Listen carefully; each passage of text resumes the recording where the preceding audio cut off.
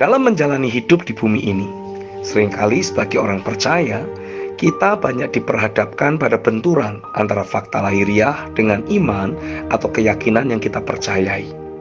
Dan pada kenyataannya, kita seringkali mendapati bagaimana fakta lahiriah dan logika manusiawi dengan mudah merontokkan kehidupan iman yang selama ini kita miliki. Tapi jika kita melihat catatan tentang Abraham, dia justru alami kondisi yang berkebalikan. Roma 4 ayat 16-24. Semakin fakta dan logika berkata, mustahil, Abraham justru makin diperkuat imannya dan dia memuliakan Allah. Loh kok bisa? Alasan yang bisa saya kemukakan adalah karena sudah terbangunnya logika ilahi dalam batin Abraham, sehingga semua virus fakta lahiriah dan logika manusiawi tidak lagi berkuasa atas hidup Abraham. Dari catatan Roma pasal 4 ayat 16-24, ada beberapa fakta ilahi yang dapat dibangun menjadi logika ilahi. Yang pertama, kemenangan Abraham yang menaklukkan fakta lahiriah tersedia juga untuk setiap keturunan Abraham, yaitu kita sebagai orang percaya. Yang kedua, seperti Abraham, yang dia butuhkan adalah firman, maka kita pun sama, yang kita butuhkan hanyalah firman-Nya. Yang ketiga, untuk melihat bekerjanya kuasa iman, kita harus dengan aktif mengambil keputusan untuk mempercayai firman-Nya dan bertindak berdasarkan apa yang kita percaya tersebut, atau apa yang firman sudah katakan kepada kita. Yang keempat, kita harus terus mempengaruhi, meyakinkan pikiran kita secara sedemikian rupa sehingga lebih mempercayai firman dan tidak lagi terpengaruh oleh fakta-fakta lahiriah ataupun logika manusiawi yang terpampang di depan mata. Kata iman diambil dari kata Yunani pistis, yang juga dapat diartikan sebagai menjadi percaya atau menjadi terpengaruh. Yang kelima, fondasi yang Abraham pakai untuk membangun kehidupan iman ada pada pengenalannya akan Tuhan, bahwa dia adalah Allah yang berdaulat dan setia. Ketika Roh Kudus membawa kita mengalami pengenalan akan Tuhan dalam dimensi yang sama, sebagai Allah yang berdaulat dan setia pada firman-Nya, otomatis kehidupan iman kita akan jadi sangat kokoh. Tidak peduli apapun yang menjadi fakta lahiriah ataupun logika manusiawi coba teriakkan ke telinga rohani kita, semua itu tidak akan membawa pengaruh apapun. Mata, hati, dan seluruh hidup kita sudah tertuju kepada Dia yang setia dan berdaulat, yang sanggup menggenapi setiap janji firman yang pernah Dia berikan.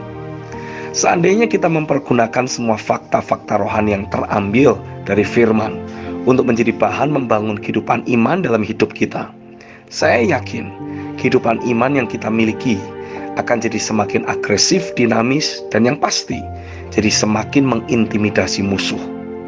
Melalui kehidupan sehari-hari yang kita sudah bangun berdasarkan logika ilahi, kita jadi memiliki cukup keberanian percaya untuk menantang semua batasan, kelemahan, kemanusiawian, kemustahilan yang dengan lantang diteriakkan oleh berbagai fakta lahiriah maupun logika manusiawi dalam dunia ini.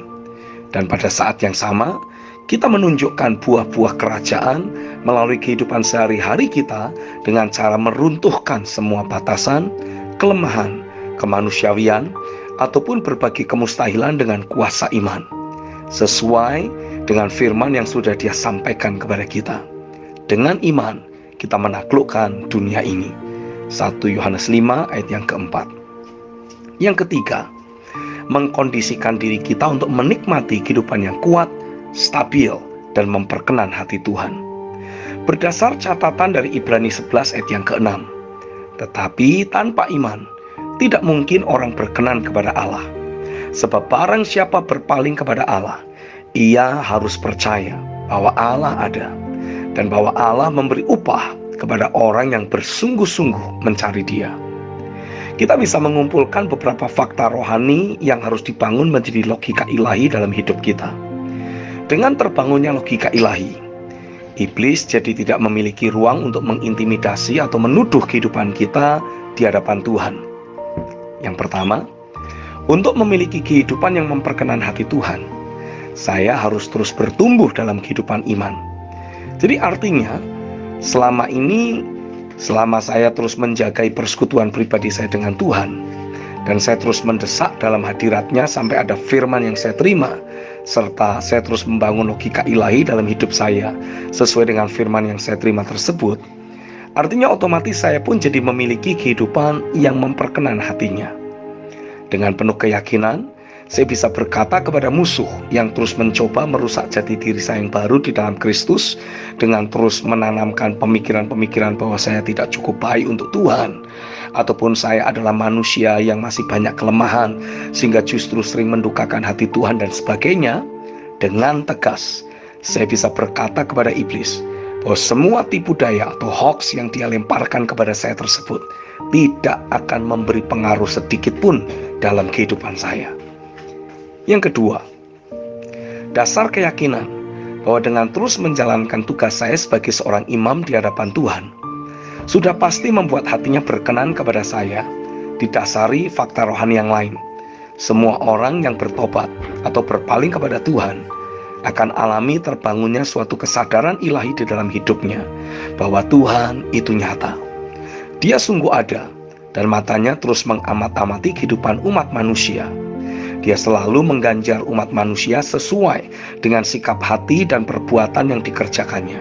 Jadi, jika ada orang yang mengejar Tuhan secara mati-matian, gila-gilaan, dan habis-habisan, orang itu pasti akan menerima ganjarannya.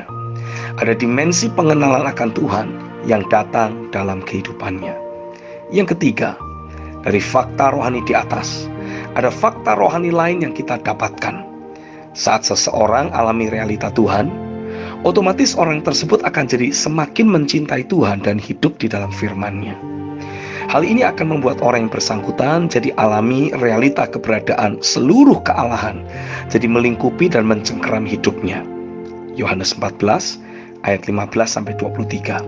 Yang keempat, semakin seseorang hidup dalam lingkupan realita kealahan, dia akan mendapati bagaimana hati nuraninya jadi semakin tajam dalam memberi arahan atau tuntunan di kehidupan sehari-hari. Tidak ada lagi tuduhan dari iblis ataupun hati nurani yang lemah. Orang yang bersangkutan menikmati kehidupan dalam zona bebas iblis. Ia hidup hanya bagi Tuhan dan penggenapan rencananya. Otomatis apapun yang ia doakan atau minta dari Tuhan jadi selalu selaras dengan Tuhan dan penggenapan rencananya. Doa-doanya selalu dikabulkan oleh Tuhan. 1 Yohanes 3 ayat 19-22 dan Yakobus 5 ayat 16-18.